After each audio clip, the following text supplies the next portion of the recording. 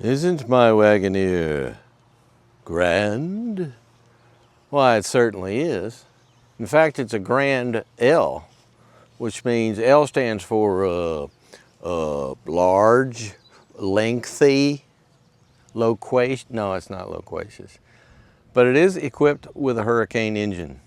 As you see it in its guise right now, it's at its lowest setting. Well, the aero setting that it uses to go down the highway, and my running board is deployed for reasons that are unknown to me. But those running boards, they go back in after you open the door and everything else. But anyway, this is Jeep's massive, their largest vehicle, probably ever, the Grand Wagoneer. And there we go. Now we've decided to go back up. The most important thing about this, and one of the reasons I wanted to show you this vehicle, is the new engine. We're losing the 5.7 liter and the 6-point-something liter V8s forever apparently, and we were replacing them with an inline 3-liter 6-cylinder twin-turbocharged Hurricane engine. And what's that like? Is that a blowhard, or is it something that just crushes everything in its path? Stick with us and find out.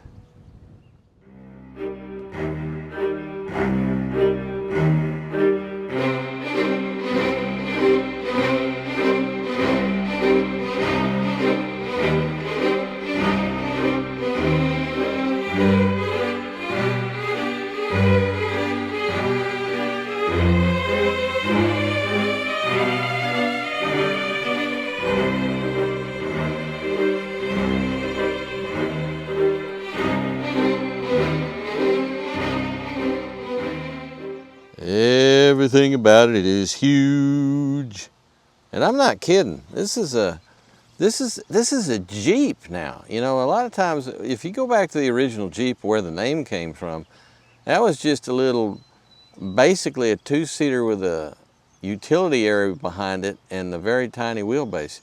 You could probably very easily drive that thing right up inside this vehicle because it is huge.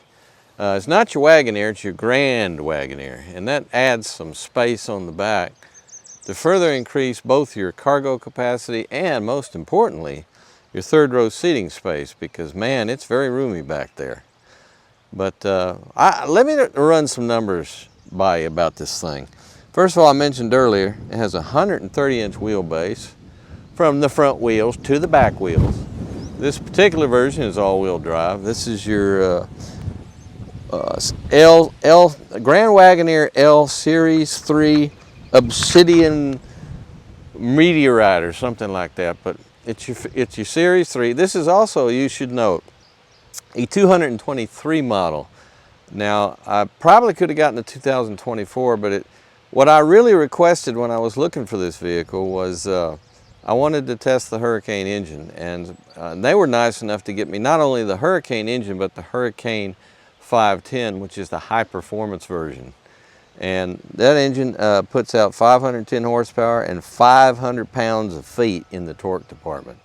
So it is a huge thing. Speaking of huge, what do you think the curb weight of this thing? How much does this vehicle weigh? It's a body on frame construction, heavy duty, off-road capable. As a matter of fact, right now as you see it, the air suspension is in off-road 2 mode, so it has the maximum amount of ground clearance it's going to have right now.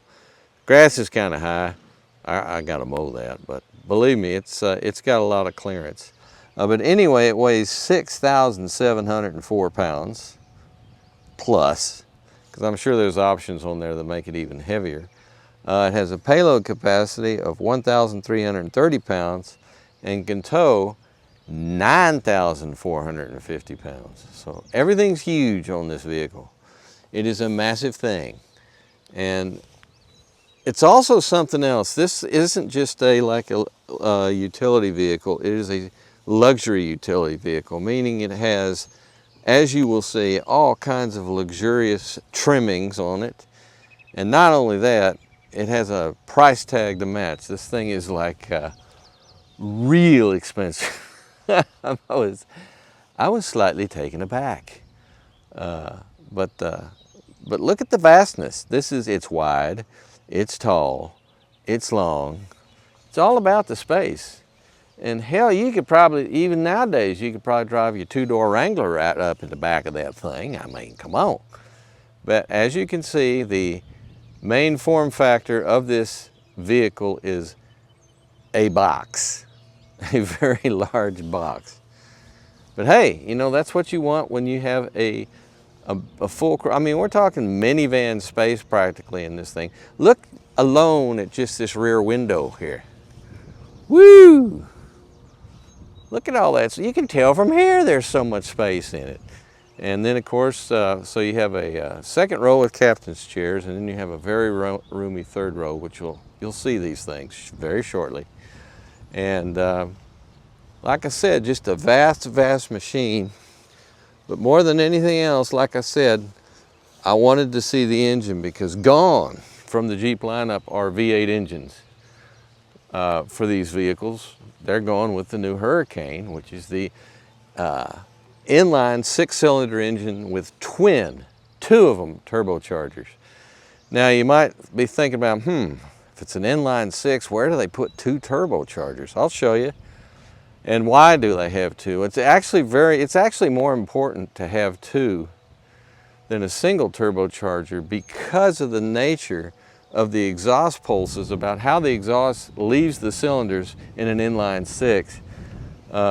Because there's a degree of such that they're not in harmony from one 3 to the other 3. In other words, if you have a V6, it's perfectly capable of just having one turbocharger, as I demonstrated with a recent Acura that had a turbocharged V6. There was one turbocharger located in the cylinder banks, and it has all to do with how the exhaust comes out of it and how the firing order is and everything else on these engines. But there's a lot of inherent advantages to an inline 6. A lot of people like them a lot. BMW absolutely loves them.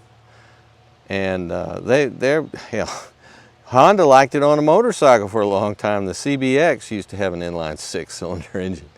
Those things were beasts. They were fun.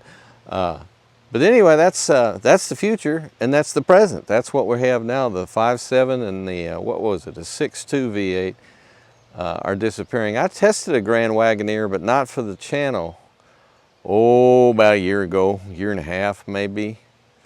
And it had a massive, I believe it was 6.2 liters of V8-ness. But that's gone now, and we're going all the way with our Hurricane inline 6 twin turbo. And that's one of the reasons I wanted to just show you this vehicle, because this is the new Stellantis big engine. And without further ado, we'll take a look at it right now. Hang on, it's going to be a bumpy ride. Well, here we have the Hurricane. It's not a real Hurricane, it's just an inline 6-cylinder engine displacing 3 liters. Now, look at all this space up here. This is all good. This is real good. The more space you have around the engine, better, for 2 reasons. One, cooling, very important. And the other is access to maintenance items. So it's good that you can see all that, because there you go. Now, how does this all work? Well, first of all, it is mounted in a longitudinal fashion, meaning 1, 2, 3, 4, 5, 6. Cylinders right along here instead of mounting transversely. And that does a few things for you, but one of the questions that immediately comes to hand is, this says right here, woo, twin turbo, and it is a twin turbo. So with our twin turbo, where are our turbochargers? Where this side of the engine right here is where our intake is, directly into the cylinders. And by the way, this does have direct fuel injection, for good or ill. As far as I know, that's all it has. It doesn't have any kind of a port fuel injection that comes in also. It's just direct fuel injection. But here is a massive, massive air cleaner.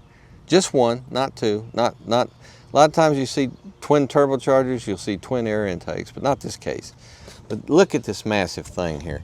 It goes all the way through here and then down here. Now, where is it going down there? Well, there's our turbocharging array. Whoa, hang on, Hurricane. There we go. There's our turbocharging array right in here, as you can see. And one turbocharger is there, and the other one is up here, higher up over there. There are 2 turbochargers. And sorry, this thing is, look at it, it's got a mind of its own. It's the wind. See, turbocharging when you're a hurricane creates wind. There we go. I hope you're enjoying this ride. But there we have the dilemma is how do you package it? And this is how they kind of do it, one on top of the other. Now the cold air splits right here, or the air splits both cases in 2 different directions here. Going into the, you have the turbocharger first of all, with the exhaust gas passing through it, spins the turbine both on the top and the bottom, and then you have an impeller, and then you have the actual turbocharger which compresses the air. And the air it's compressing came through right there, through that air intake right there, and the lower air intake, and that's where it goes. Where does it go from there? Well, it goes around, and there's a catalytic converter down there too. But anyway, the air itself that is being turbocharged and compressed goes through an intercooler system, which I really can't see right off the bat, but I'm sure it's probably, well, first of all, the actual heat exchanger, also known as a radiator, is down in here, right? So it goes through that and then comes back over here, and through magic right here, here's one of the devices that control all this, goes into the air intake system, and that's where you go directly in. Much cooler than it would have been had you not cooled it after turbocharging it and compressing it. So ultimately we end up with 510 horsepower at a peak of 5,700 RPM. And then we have the torque, which is 500 pounds-feet at a peak of 3,700 RPM, which I think is real close to about what, say, the Toyota Tundra has as far as low end. That's a fairly low RPM for the torque to come in at and peak, which is exactly what you want when you're towing that 9,000 pound trailer. Incidentally, when I mentioned earlier about how much this vehicle weighs, that is such a good thing if you're going to be towing a heavy trailer, to have something as substantial, because I think with the options on this vehicle, you're looking at a curb weight of about 7,000 pounds. So you're only looking, if you tow a 9,400 pound trailer, you're only looking at, 2,000. And well, let's be honest, once you get people and everything else, you're almost towing as much. As far as the curb weight of the vehicle goes, it's much closer to the curb weight of the trailer is what I'm saying. And that's always good, because that adds a lot of stability to your towing situation. Excuse me. Which makes this ideal. I mean, you got room for all you, if you're towing like a travel trailer, you got this nice big huge travel trailer, and then you got all kinds of people in your car you can put in your trailer once you get where you're going.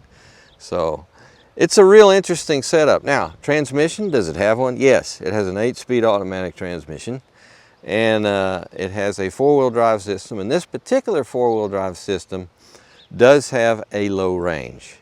And I'll get more into that in detail when we're in interior and show you what's available to you. But being this vehicle also has the air suspension you have, right now we're set on the aero mode. And as you might be able to tell, it's a lot lower than the ground than it was when I first showed you the vehicle. It's and there's one lower, I believe, one lower setting for loading, but I didn't want to put it in the grass and have the heat of the exhaust catch everything on fire. So I avoided that. So you have that, but then you have 2 off-road settings. And in the first off-road setting, it raises it up to a certain point. And then the second off-road setting raises it up as high as it'll go. And I believe there's a fairly low speed limit on that highest, because that's more for like rock crawling and all that kind of good Jeepy stuff. Again, this may shock you, but this is a Jeep. It's just an unusually large one. And so there's your Hurricane. And a big thing for Stellantis, they put a lot of time and effort into this new engine, because like I said, the good old 5.7 liter V8 is gone now. And that's sad, because that was such a good engine, and it did such good things for Ram sales and for Jeep sales, because it was a good, reliable, relatively fuel efficient for its size, an extremely powerful V8. So the Hurricane engine has big shoes to fill, and it's certainly expanding outside those shoes in terms of horsepower and torque, because those are very impressive numbers. Rightio? All right, let's move on. Please, friends, do not find yourself stung by the Scorpion. We have the Pirelli Scorpion tires, and good grief, what size do we have here? Well, we have to go through the weeds here and look. There we are. That's a 285/45 R22, so 22-inch wheels, huge wheels, enormous wheels. You still have a fair amount of rubber on these things, so should you find yourself off-road and doing a little bit of rock crawling as you pull your camp trailer behind you, you have a fair amount of protection for the wheels by the thickness of the tire, but not as much as if they put like 18s. So think about this, 18-inch wheels are pretty big on a truck and very common on most big trucks in terms of pickups. And these are 4 inches larger, these wheels. That's massive. So, gee. These are real good tires, by the way. The Scorpion, are these the all-terrains? It's a Scorpion V-Ride. V-Ride. V-E-Ride. Huh, isn't that interesting? Well, they're all season, so that's good for your snow capabilities. Not a serious off-road tire, to be sure, but a very good all-rounder for a vehicle like this, depending on what kind of terrain and what kind of road conditions you may run into, especially when you're towing that huge trailer. It's a good all-around tire, and they have a pretty decent amount of stick to them. And they have good weight capacity because, as we've mentioned before, this thing weighs a great deal. The lines on this are interesting. Oh, here's fun. Let's do this together. Whee! Naturally, we have the automatic running boards on there because you need that to facilitate. You put your foot here, you see, and then you grab hold here like that, and off you go, or in you go. Sorry. But there is our. By the way, I wonder if I can. Do we have it? Yeah, according to our placard here, it says our seating capacity is 7. So it's 3, 4, 5, 6, 7. Yeah, you can get 3 in that rear, that's for sure, in the third row.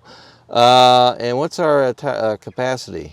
1,360 pounds of cargo capacity, according to the placard. What did I tell you earlier?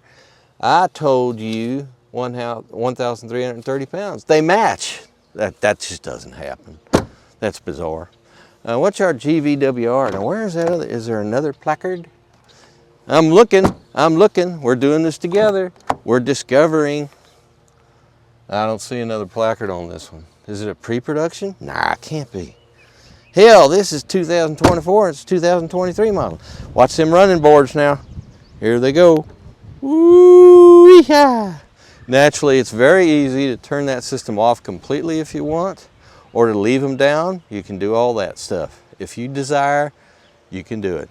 So, further back, you can kind of get a sneak peek of our third row. You can already tell. There's a lot of cargo room behind there, and we're about to look at it. But again, this is a big box. This is how this is set up.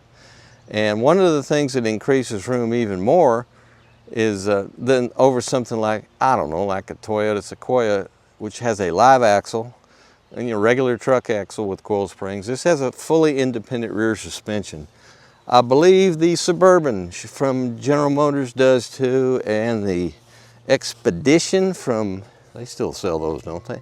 From Ford also has an independent rear suspension. And the biggest advantage to that on a vehicle like this is it lets you mount the load floor lower, because the actual suspension activity just takes place on your A-arms up and down.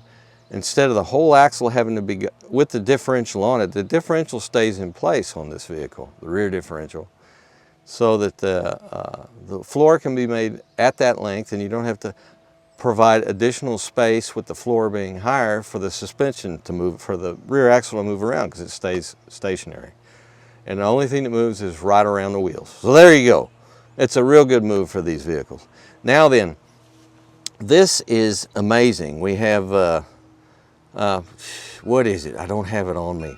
It's like 44 cubic feet or something crazy behind the rear, the third row seat. That's just nuts, man. That is incredible space utilization, yet they still have, like I said, a very roomy third row. Now here's some fun. What can we do here? Hold to set. Oh, that's for the automatic lift gate. Now let's fold something down. And, oh, what did I just fold down? I just did the second row. You can do that remotely. Can I put that back up?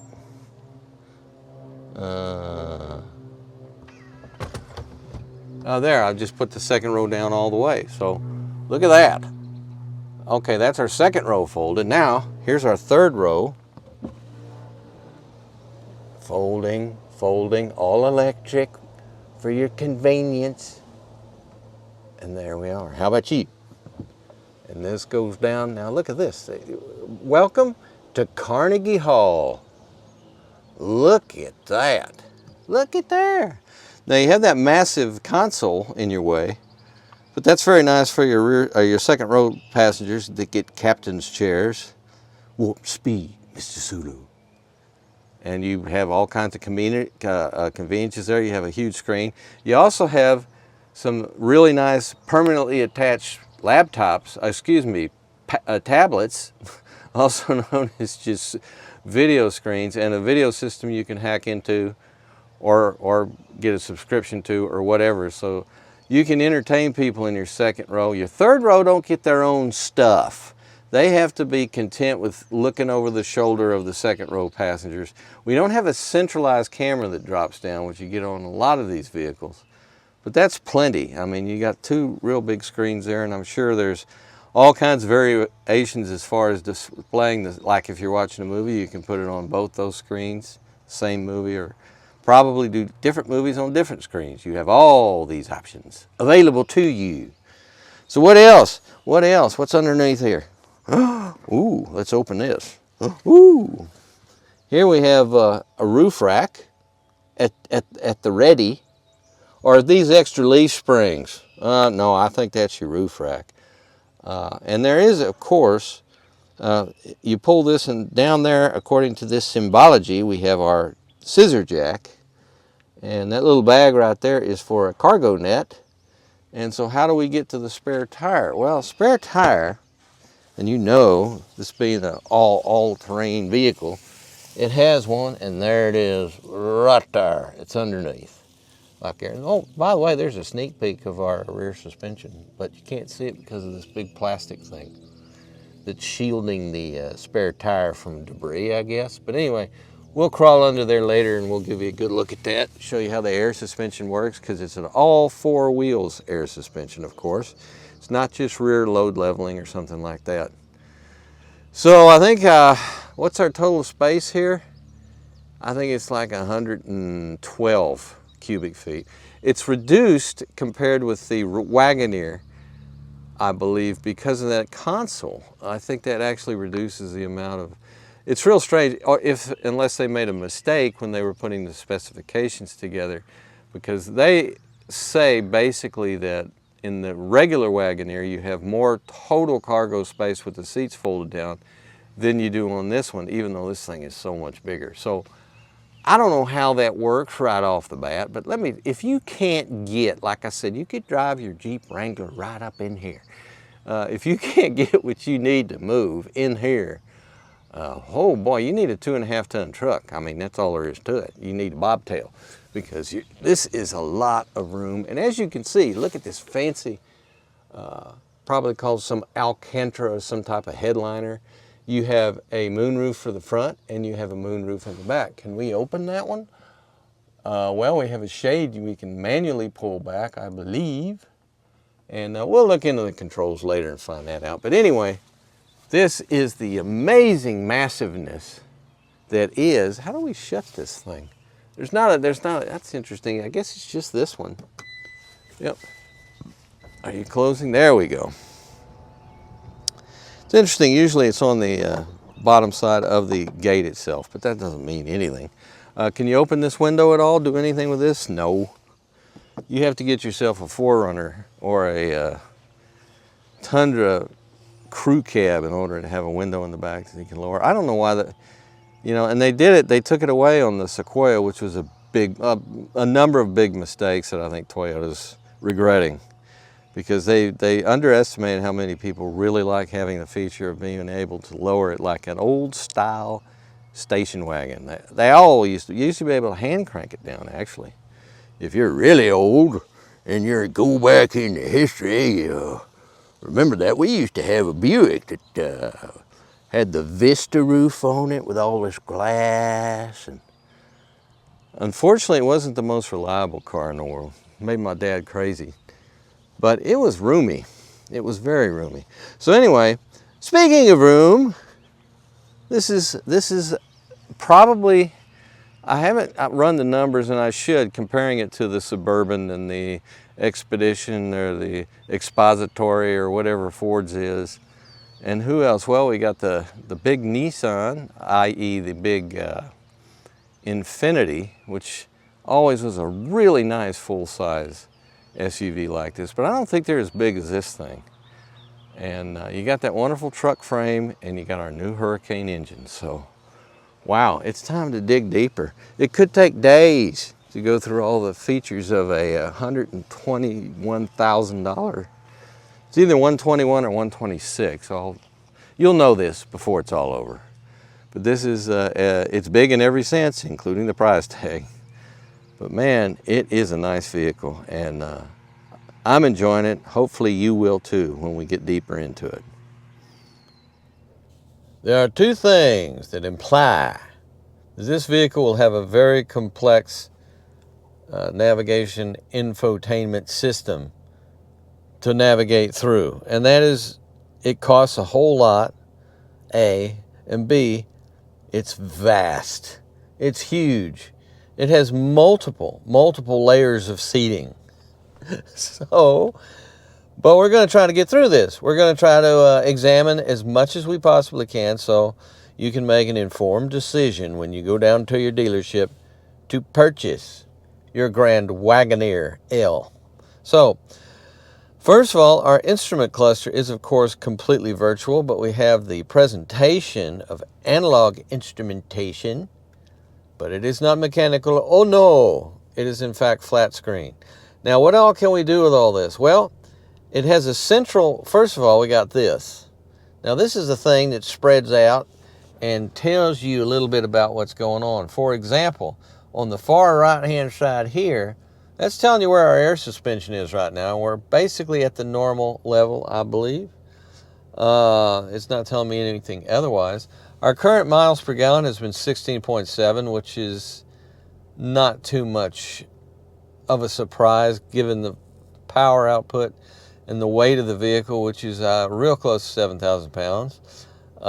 There's our nearest sign, the closest one to us, which I kid you not is at least 150 yards away to 200 yards away. Maybe if that close.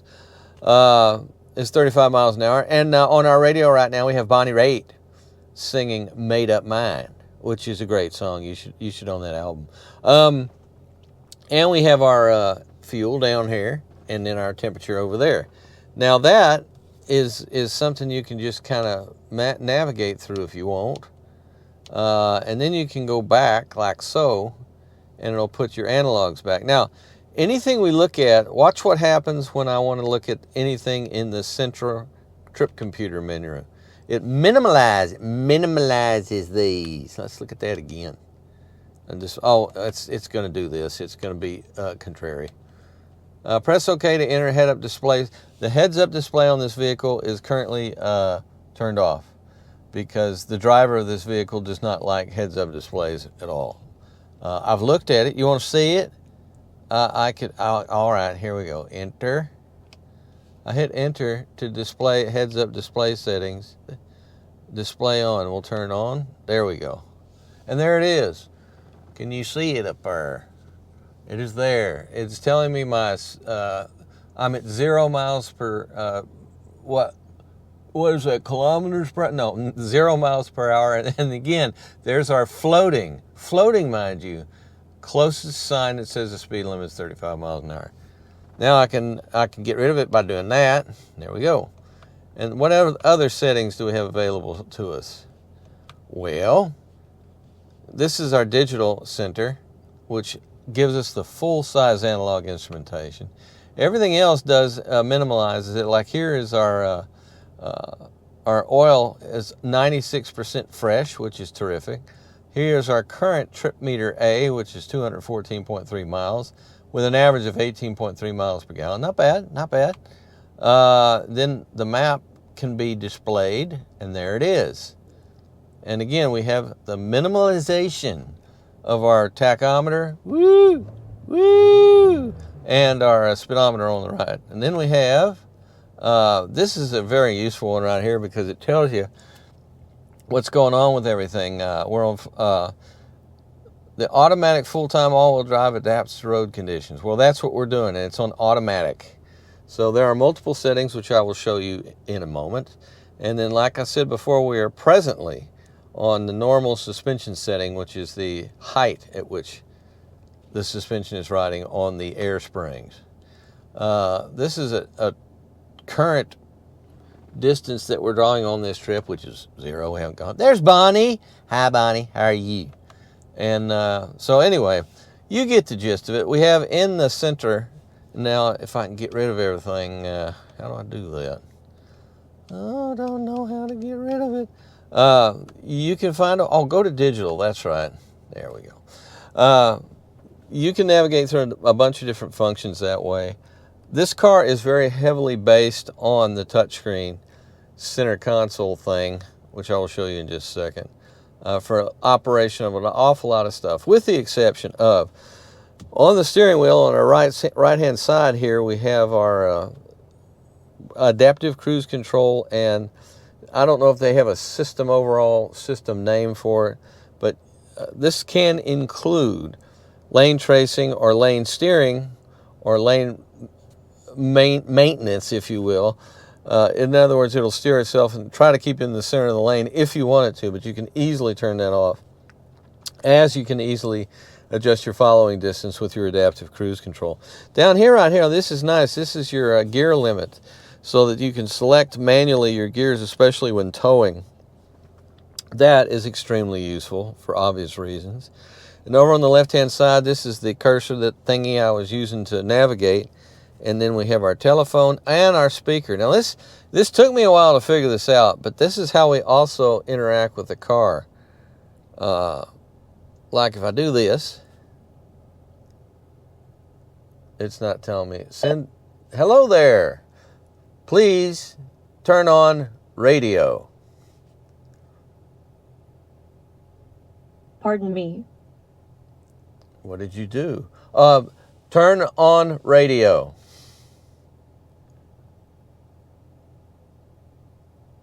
Where would you like to go? Play Jimmy Buffett.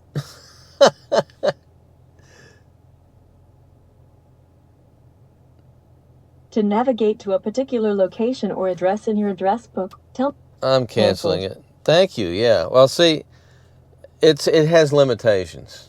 I'll put it that way.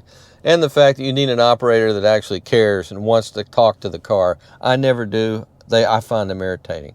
While I'm over in this area, though, I'm going to segue over to here and open the door for you. There is our adjustment for our seats.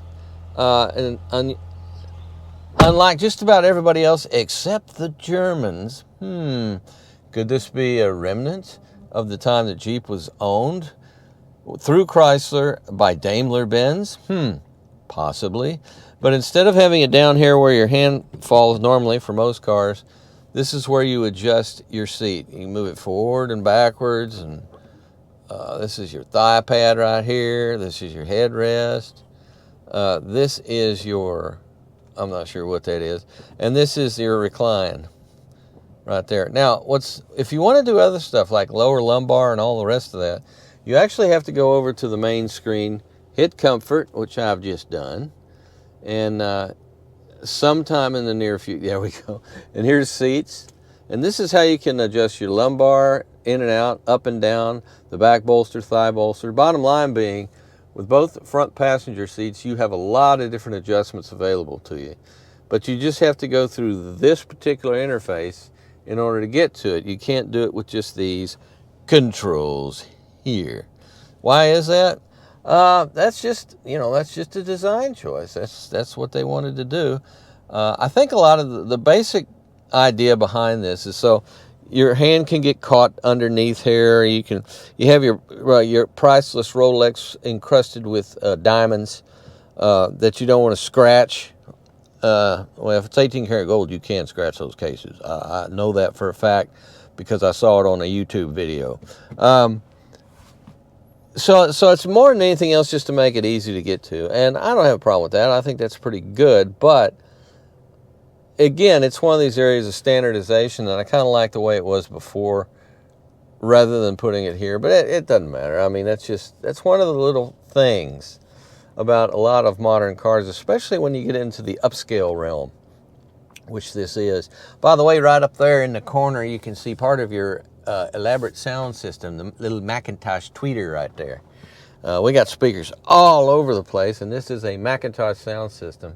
And it sounds good. It doesn't blow me out of the water like some sound systems on premium vehicles do.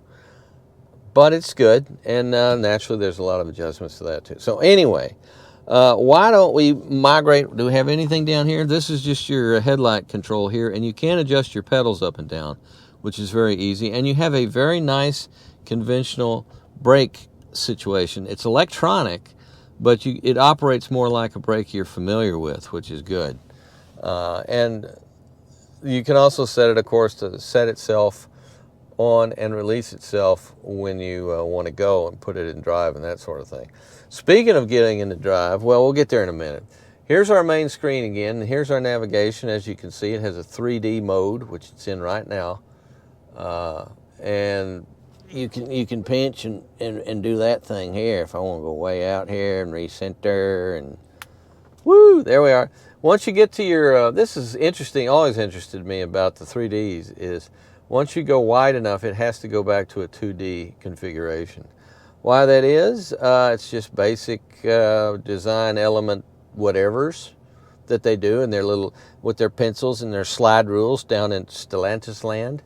But there you go. I mean, it's a very clear navigational system in terms of, it's very normal. If you want to put in an address, it's not that difficult to do, and you can actually do it as the car was trying to do. You can do it via voice, and these voice prompts are usually pretty good at getting addresses. It varies. The best I've ever used has been BMW, but I don't talk normally anyway. I lived in Texas, and I lived in Los Angeles, and I lived in New York City. Now I live up in Connecticut, so my accent is totally screwed up beyond all recognition. I used to speak a little Spanish, and I did that with a Spanish accent for some reason. I think it was my instructor that taught me that. But now I'm just a mess. So if a navigation system or any kind of voice recognition system can understand me, I'm thrilled. Thrilled! Okay, what else do we have in this area? Well, along the sides here, here's your heated seats, which is nice. Here's your zone, what's that? What do you mean, zone? I'm pressing you, zone. I don't know what that does. Does this work? Yeah, there's your heated. Very nice. There's your heated and ventilated. Let's ventilate. We'll put one of these ventilators here. Oh, here's the zone. Oh, I see. They're related to each other. There we go. So I'm now ventilating my seat, which is nice. Below here, we have our home screen, media, which naturally you have. Look at all the mess you got down here. You got your front and rear USB-C plus USB-A interfaces there, plus a good old auxiliary mode for an old type of, remember them things, them little 3.5 millimeter plugs? Well, they still have the ability to do that, and I think that's great. You even have an HDMI here for your visual needs.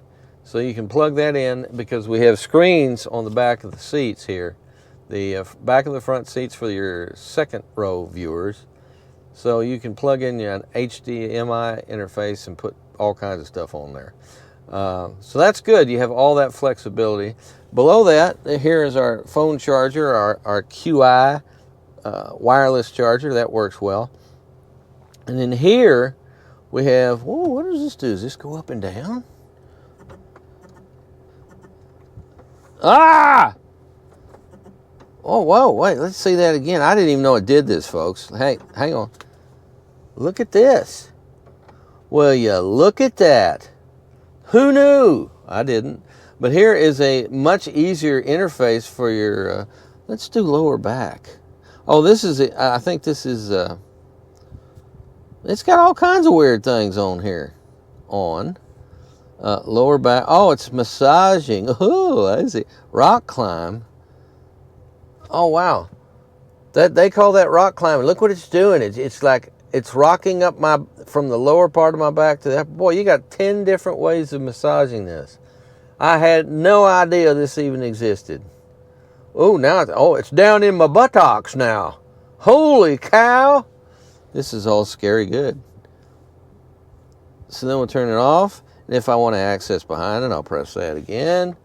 And up it goes. Neato, huh? That's what your $121,000 gets you right there. Below this is very important. Here's a mute for our muting needs. When you need to mute your radio and everything else. This is our auto stop start. You can deactivate with that. Auto hold is on. This I've turned on. This is your, it has a lane departure mitigation system on it that I hate, because I hate all those, because it tells you, it fights you if you have to do some moving around in your lane. For example, avoiding someone's turning left or all kind. There's a lot of reasons why I just don't like that, so that's off. Also, you can turn off your traction control. This is your self-parking on and off. This is your warning, beep, beep, beep, beep, warning sensors for your parking. This is your tow haul mode, which is on, which is kind of strange it's here instead of here, and I'll explain that in a minute. And then you have this, which is, I'll press that because I don't know what it is. Oh, that may be the back seat. Well, who knows? I'm frightened of it now. So, here, drive modes. We have, we are on auto, but you can go to snow and sand and mud and rock. And by the way, when you go on rock, look what's happening here, right here. It is raising the vehicle all the way up. Probably to off-road 2, I would think. No? Did it stop at off-road 1? Yes, it did. It stopped at off-road 1. Interesting. But if we want to go back down to snow, it'll lower, I think. No, it's going to stay there. That's interesting. Oh, traction control is back on again. It's just telling you what it's doing. So those are the modes for the drives for the automatic four-wheel drive system, which is a full-time system. Your low button is all the way down here if you want to go into four-wheel drive low. To complete four-wheel drive shift, push transmission into neutral. God, it detected that I just did that I was trying to get into four-wheel drive low. I just barely even touched that. That's not good. Do you know why that's not good? I will explain to you. If you have a dog in the car, I think they would regularly try to put you into four-wheel drive low. This stuff doesn't belong here. This stuff belongs, and I've been all over Toyota about it, and they don't care what I think about that. But I told them their automatic, their four-wheel drive shifter on the Tundra, for example, is right down here, and it's too easy for a dog to bump. It's like they don't understand that people have dogs in their cars a lot. That's just the way it is, and you gotta. They'll do anything to put more visuals in this, in terms of your screens and everything else, but they don't think out basic stuff. And I wish they would, because I find it irritating that they don't. All right, all the way over here, we have that's our ride height, which we can also go all the way down to the bottom, and it'll practically squat to help people get in. And with the combination of the running boards on the outside that deploy automatically, they're set to do so at the moment. You can turn them off if you want. and lowering the chassis all the way down, it's very easy for people to get in this vehicle. So if you have some elderly grandparents or elderly car reviewers or anything like that, they can get in much, much easier.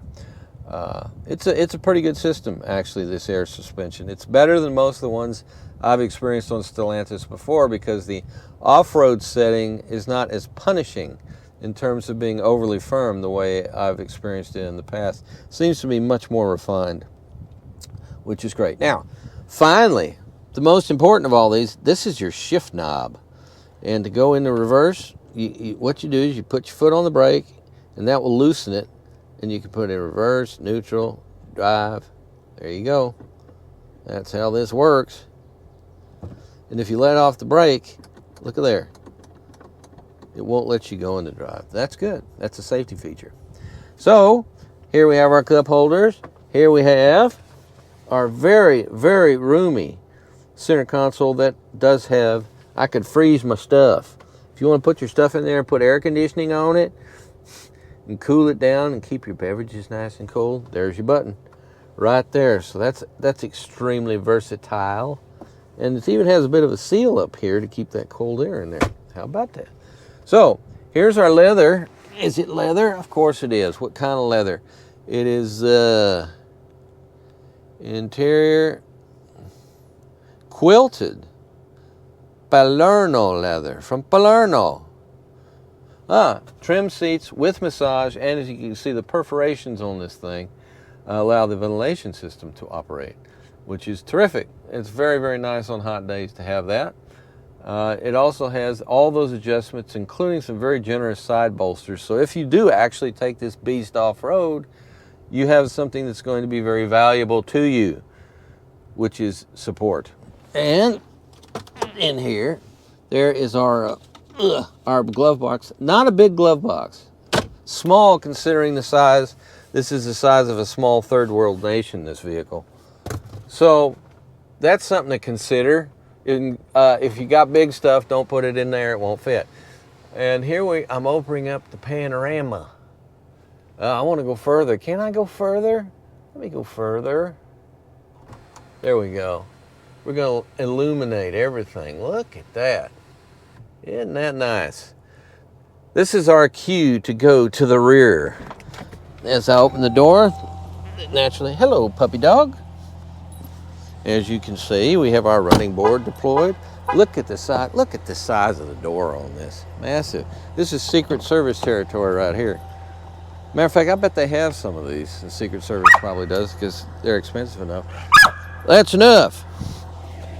Take this and go over there with it. Okay. But as you can see, very easy access. Got your grab handle right here. And we have our captain's chairs. And we have, looky here, we have our screens.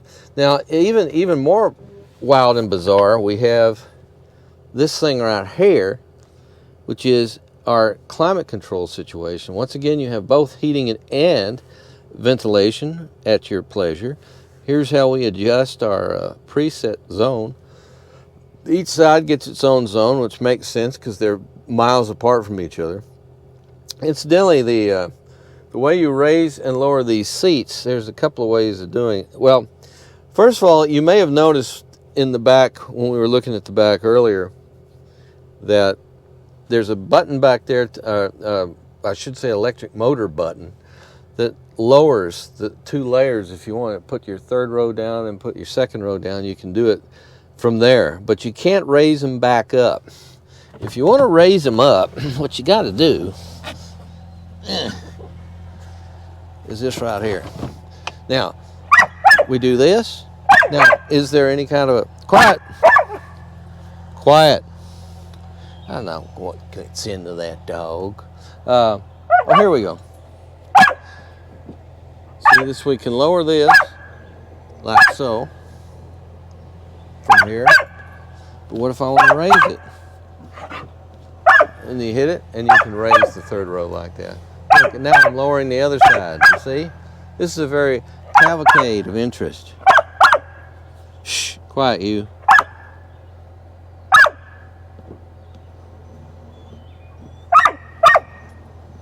There we go. And we'll put that back up now.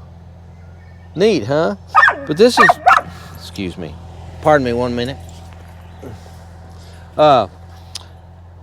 In order to access your rear seat, well, how do you get back there?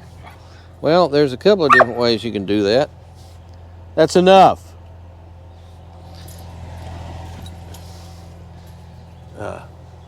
What does this do? This is your way of, if you happen to be in the third row, you pull that and nothing happens. This, incidentally, the seat also slides forward so you can, completely drop you on the floor. I'm sorry. God, don't you hate when that happens? All right. Now, our side window, we have a very, very high seating and a very low belt line, so it's great. You can really see out of this thing. And you have massive windows that open 100%. Then you have window shades. And like I said, there's this. I've forgotten how to turn this on. How do you turn this on? Here. I want to turn this on. I think you do it in the front. Wait a minute. Is it here? God, I did know this a few minutes ago. Well, anyway, what else do we have here? USB-A, USB-C. Naturally, you got ventilation everywhere. You got map light right there. You got speakers for your Macintosh sound system. What else do we have? That's about it. This is fixed here, by the way. You cannot remove this should you desire to do so. And the way that you actually access the rear, I can't go out there because the dog's making too much noise. You can pull this up and it slides forwards and gives you access to the third row. But my favorite way of getting into the third row is this. I like crawling back here like I'm 6. Here we go. Oh boy, I like this. Oh, look at all this room in here. It's bigger than my living room by a substantial margin. All right. As you can see, look at all the room back here. This is like a normal seat. What's this do? Ooh, power recline, huh? And here's some more USB-A, USB-C ports. I mean, my gosh, look at all this. This is ridiculously nice. Here we go. That's how we can access the rear, the third row. And you just pull her back up, like so. But I have the second row not all the way up, but fairly midland as far as where it's placed right now. And look at all the room you have back here. This is like for normal people. Sorry about that. Got some mud in there when I was being 6. Look at there, map light, and look at here. Do we have a? No, we don't. I was really hoping that we had a. What's this do here? Huh. Oh, I know what that's for. That's for your seat belt, which is right here. Oh. There it is. Okay. So, again, perforation. Do we have ventilation back here? No. Do we have heating back here? No, not that I can see. But considering how much room you have, and look, you have your own moonroof. How about that, huh? This is like a champion of third rowness. This is minivan territory back here. So they've really thought they've thought the space utilization out really well. Now imagine on other models of the Grand Wagoneer and Grand Wagoneer L, this massive console here is probably not present. I wouldn't think it is, because that way you'd have an aisle. And I imagine there's one, if you talk to your Jeep dealer, you can probably get a nice third, if you really need to haul a lot of people in here, you can probably get a bench seat, I would think. Look at what we have here. Here we go. Look at here, that's what's on television. I'm turning you on. Turning you on, why aren't you turning on? It hates me. That must be probably overridden up front. Because the driver, oh, wait a minute, here's a different one. Are there two? Anybody? anybody. You have a remote control for each of these, even though you're sitting right in front of it. But that's cool. We like that. I don't know why it won't work right now, but probably because it's turned off up front. What else can I tell you? It's like, you know, when you have to stow your tray table and put them in their full upright position, your seat in the full upright position and all that stuff. Well, it's real similar on this airplane. So there are probably private jets that have less room in it than this thing does. I'm telling you. So that is your Grand Wagoneer L in all its glory. And I'm telling you right now, this is the Series 3, I believe. This is a phenomenally nice vehicle. Now this, as mentioned before, is a 2023. For 2024, I don't believe there's any huge changes. Just tweaks here and there, but I think if you're interested in this vehicle, you can work with your dealership and they can probably find and configure pretty much however you'd like to have it. And there's a lot of versatility here. But the number one thing is room. And if you have a big crew that you're going to be hauling around, they're going to be comfortable. You could probably get your basketball players in here. There's plenty of headroom and plenty of room for everything else. Very, very nice vehicle.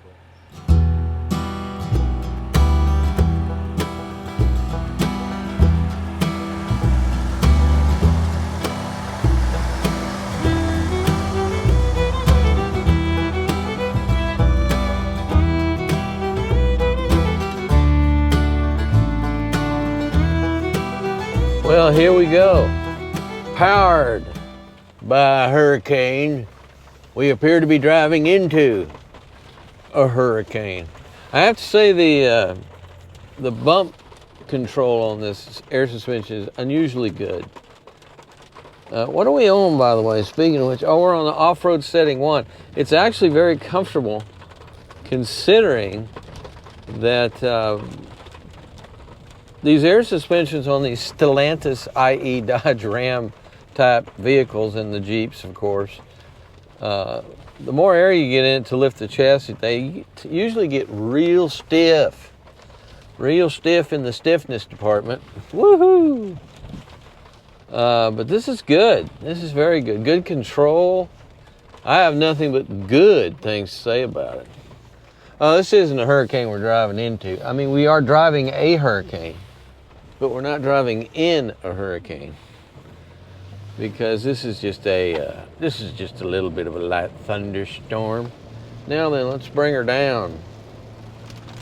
Let's bring her down. I assume we're going down. We're lowering, we're lowering, we're lowering. Taking a while to lower. We're lowered. Ride height achieved. Normal. Good. Normal is good. Normosity. My gosh, who's been driving this thing? How come that doesn't do anything out back? Because that does everything up front. Okay, well, here we go. There we go. Rear windshield wiper activated. It has been deactivated now. And let's see, let's get this dialed in. This is a something that should be, it's real interesting. They're just going nuts with their instrument clusters these days. Now, on this vehicle, when it wants to do something else, like show you where the next turn is on your navigation system, it moves the other gauges, for example, the speedometer and the tachometer, out of the way and make them small to enlarge in this, which I have no idea if there's any way of adjusting that if that's not the way you want to go. Possibly not, but it's okay. It's all right. It's all right. It's all good.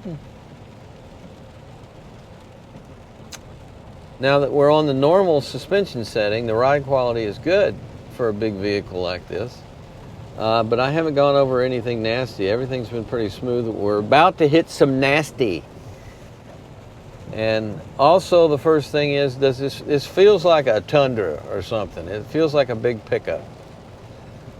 just in general feeling of the steering and everything else. And that's, in this day and age, that's not bad. And the bump isolation is very, very good. You got to remember, it's something that's really interesting about these vehicles is they have a independent rear suspension.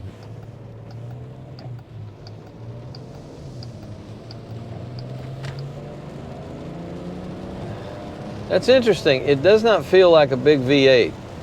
It does not feel like the old 5.7 to me, or the 6.2 or whatever it was, 6.6. No, it wasn't a 6.6. Well, you know, 6.6, I believe that would be General Motors. The big V8 block I've driven one of these before, incidentally, a Grand Wagoneer, the new one. And it had this was before I started this channel, and it had I want to say I'll go back and look, but I think it was a 6.2 V8. I'll put it at the bottom of the screen. But this feels more like a turbocharged, smaller engine to me. And this is, of course, the high output 510 horsepower version of the Hurricane straight six with dual turbochargers. And I've already talked about that when we were looking at the engine, because that is a kind of an interesting setup. But I want to reiterate to everybody why everybody's going with turbocharging. There hasn't been substantial increases in fuel economy with these turbocharged engines. There really hasn't. Except, you know, when you're just tootling around town, yeah, it'll do better. But when you're actually using the vehicle for what you probably bought or should have bought the vehicle for, which is hauling or towing something, the improvement in fuel economy vanishes, basically. In some cases, it's every bit as bad, if not worse, than what came before it. But the main reason everybody's going to turbocharging is emissions, because emissions requirements have gotten to the point where it's the best way to deal with them. Oh boy, look at all this rain. Woo! By far the best way of dealing with it, because here's what manufacturers have to face, including Stellantis.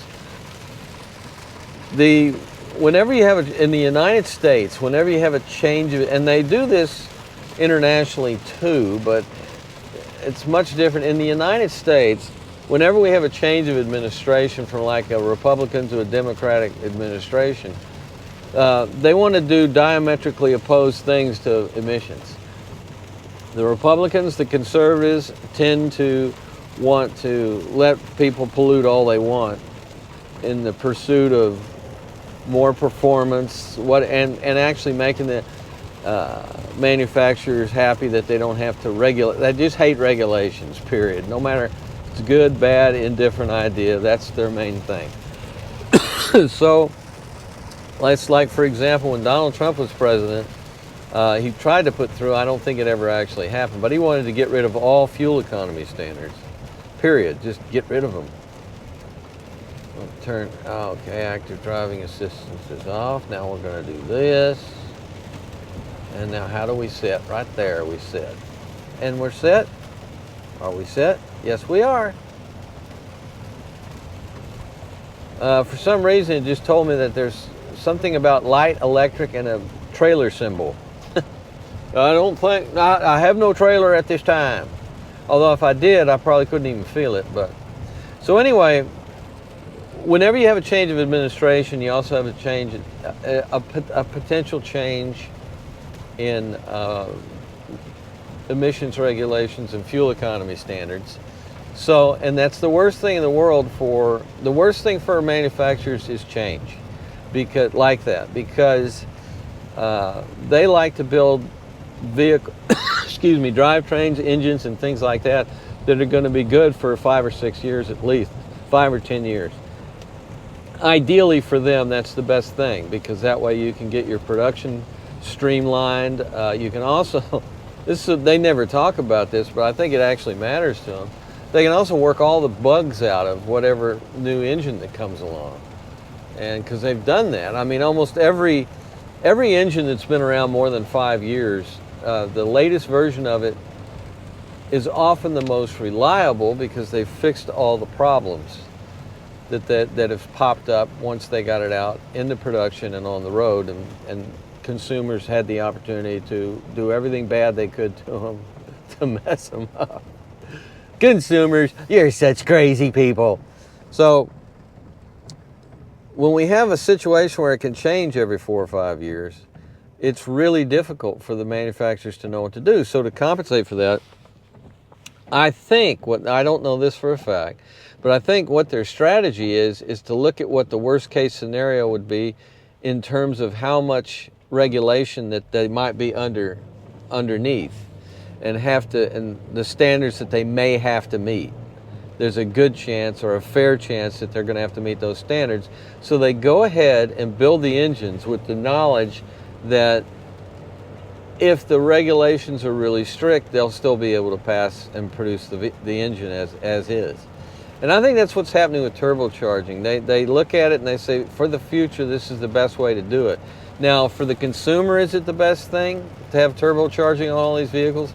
In my opinion, no. Just because, and I'm not saying there's anything wrong with turbocharging in theory, but the fact of the matter is it adds so much complexity to an engine. And you're also pumping all this power through a very small engine. Smaller everything, smaller pistons, all the parts inside are smaller. So, and that way they're not, this is again, pure speculation. So it's not as strong. A lot of the parts are not as strong. So with the Hurricane engine, what they have to do is they have to fortify an inline six that it can take dual turbochargers. And that's not as easy as it might sound. I mean, that's a lot to do. And so what have we seen so far? They've been out, I saw somebody else talking about, well, that engine's been out for 2 years. Not really. I mean, this is really the first year that it's been in the Grand Wagoneer. And did I say Cherokee earlier when I said Grand? Well, it was Grand Wagoneer. You knew that.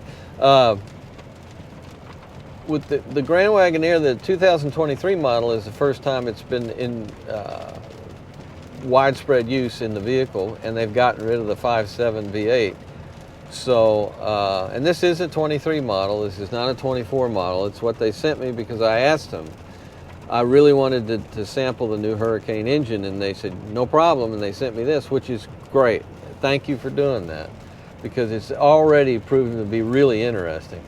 And not only did they send me the Hurricane i6 Twin-Turbocharged, they shot me the high output version. So hold on, that sort of thing.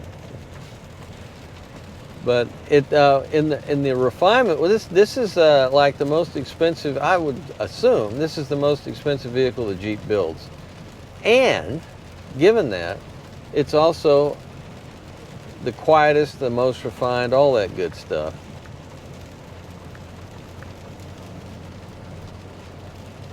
And as far as the power of the engine, it seems powerful, no question about it. There's 500 horsepower, absolutely. And I can't even remember how much torque, but a lot. I don't know if it's the Torque Master in the light big displacement versions of the engines, like the 3.5 liter EcoBoost on your Fords, and the 3.5 liter, it was really 3.4 liter, twin turbo V6 on the Toyota. And what do we got on the, well, we still have V8s, I think. I haven't had a GM with a turbocharged engine in a while, I don't think. But anyway, in terms of all these engines, it has the power, but it doesn't feel like, it doesn't get off the line like you might think a big, powerful, a 500 horsepower engine might do. And that's not, by the way, that's not bad. I mean, there's a very popular YouTube channel that has about 1 billion more subscribers than I do that likes to drag race pickups. And they have their own explanation for why they think it's appropriate to do that. And that's fine. Good for them. I mean, it doesn't hurt. Information, even if it seems kind of specious, information is information, and it's always good to have as much of it as possible. But it's not that critical to me in terms of big vehicles like this having a 0 to 60 time and that kind of quarter-mile time. What is important is what happens when you like strap a trailer on the back of this thing. How much does it change compared to when it's unladen with such a trailer? And in this case, this vehicle, I don't think there's going to be a hell of a lot of change. I mean, if you put it depends on how big a trailer you're pulling, but you got so much room. This being the long wheelbase version, by the way, and it has like a really long wheelbase, and it has a very roomy third row, so you can get. It does have captain's chairs in the second row, so you can still only realistically get 6 people in this thing. You could get 7 if they're kids. You could put 3 across in the back. Absolutely. But if you're going, like, say, camping and pulling a big camping trailer, you can get all your passengers in here, and you still have a lot of capacity to tow a pretty good-sized trailer. So think about that in all these things with these engines, because what I'm trying to say to you is it doesn't feel like a rocket at all, this thing, the Hurricane 6. But I think they've been smart. I think Stellantis was actually very smart. They geared it much more towards getting the job done, and that's going to be, and of course, all the Ram pickups are going to have it, and that's a good thing for the Ram pickups to have this. I think it will do well. So here we are. We're in the rain, and we're doing. I could turn on the steering approach. Now, how does the steering approach going to do, being it's steering itself in this rain? It probably can't see very well, and so far, there we are. We're now activated, and we'll see what it does. It doesn't appear right off the bat to be weaving around a lot, but I can feel it very definitely. It's making very minute corrections. And I don't know how important this is to you as far as having I think it's handy from time to time just to turn it on for a second if you're doing something like you're on an open stretch of highway, very similar to this right now, 4 lanes, and you're like eating a burger, and you want to have a little bit more use of your hands. Yeah, that's where I think self-steering makes sense, but otherwise, why would you do it? Why don't you just steer the car? Because it takes so little effort, especially on the highway. But that's where we're going. That's where everybody's pointing, and that's what the manufacturer. So I guess amongst consumers, it is a consideration. Some people absolutely want this feature, and it seems to work well so far on this thing. Now, what's fun is, what if I want to pass somebody? What happens? Will it pass? Yep. It's changing lanes and passing. Oh, now the steering's off. So I don't think it has that kind. Now we're back in control again. Or the vehicle is. I don't really think that, let's try and get back over here. See what happens. Yeah, the moment you hit the, whoa, what are you doing? The moment that turn signal is on, it returns. But as you can just see, when my turn signal went off, it started taking over the steering again, and it noticed that I wasn't in any particular lane because I was moving over. So it started to try to take over. I was able to manhandle it, but you shouldn't. I don't like any kind of resistance like that at all. That's just me. I mean, I apologize for that, but I do not like that. I don't like to fight the car. So again, it's a tool in the toolbox that you need to use. Now I'm going to shut her down now. That you need to use when it's appropriate to use it. Now, when I just turned off the steering, it also turned off the cruise control.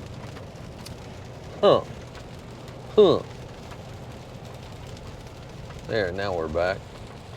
Interesting. Now now the map wants me to go to the right at this next intersection, but I'm going to go straight for two reasons. A, I know for a fact it's faster, and B, I want to see how long it takes the navigation system to correct my change of plan.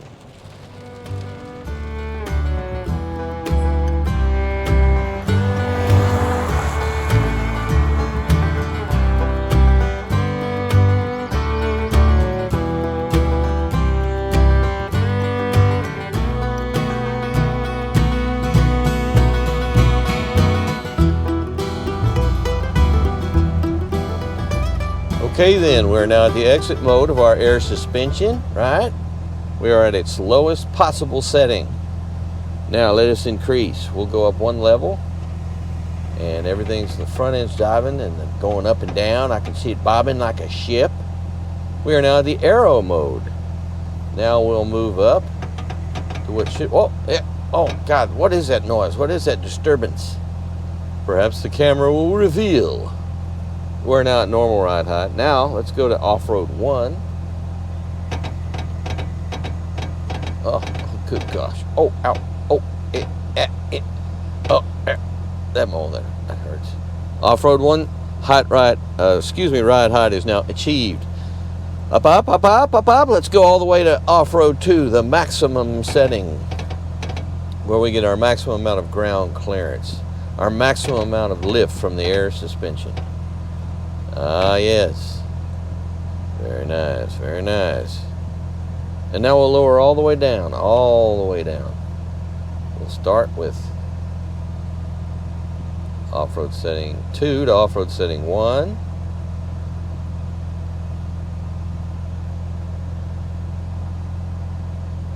There we go. Now we'll go down to normal.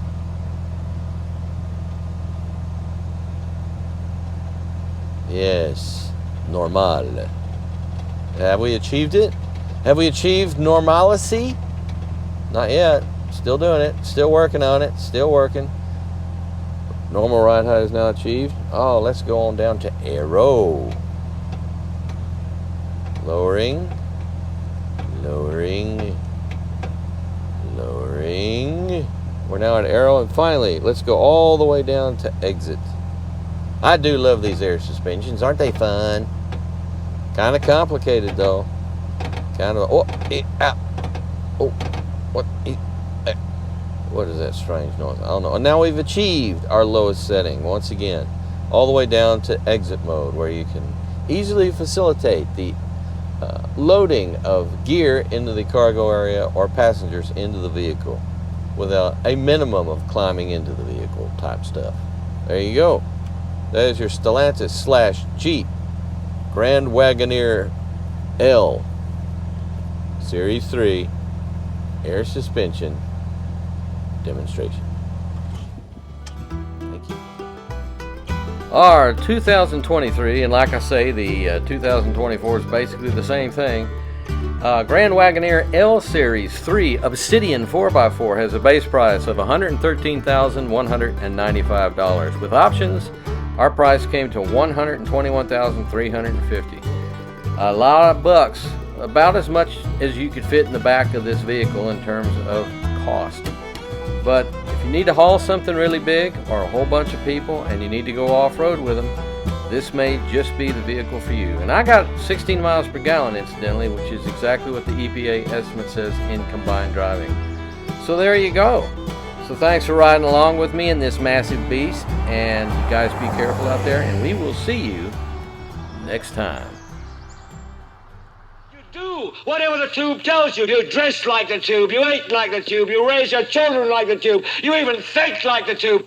This is mass madness, you maniacs. In God's name, you people are the real thing. We are the illusion.